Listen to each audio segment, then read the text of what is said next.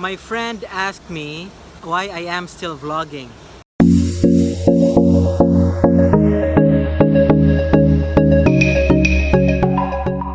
YouTube is very saturated already with so many vloggers, so many content creators. And the reason I do is both of them.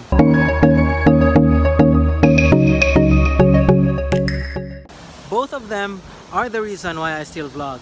I always catch myself watching vlogs from the past year, looking at our adventures, and makes me reminisce.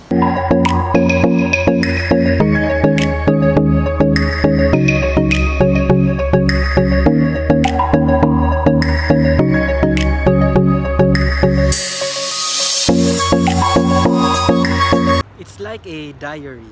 There are days when I feel down, or when Marge and I are in a long distance relationship. She's in Singapore, I'm in Cebu.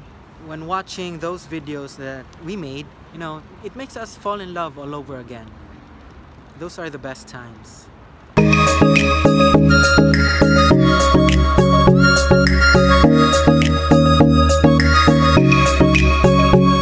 I'm being accompanied by my baby. This is Zeke. Say hi to Zeke, everyone. Vlogging is also an opportunity for Zeke to look at himself when he was still a very tiny infant, newborn. And now he's already grown up. He's already 2 months old. Time flies by so fast. Baby, don't grow up so fast.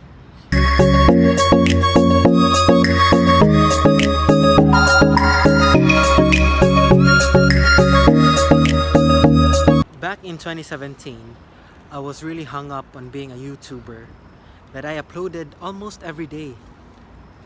I didn't know what I was doing or what I was making, but I made videos almost every day.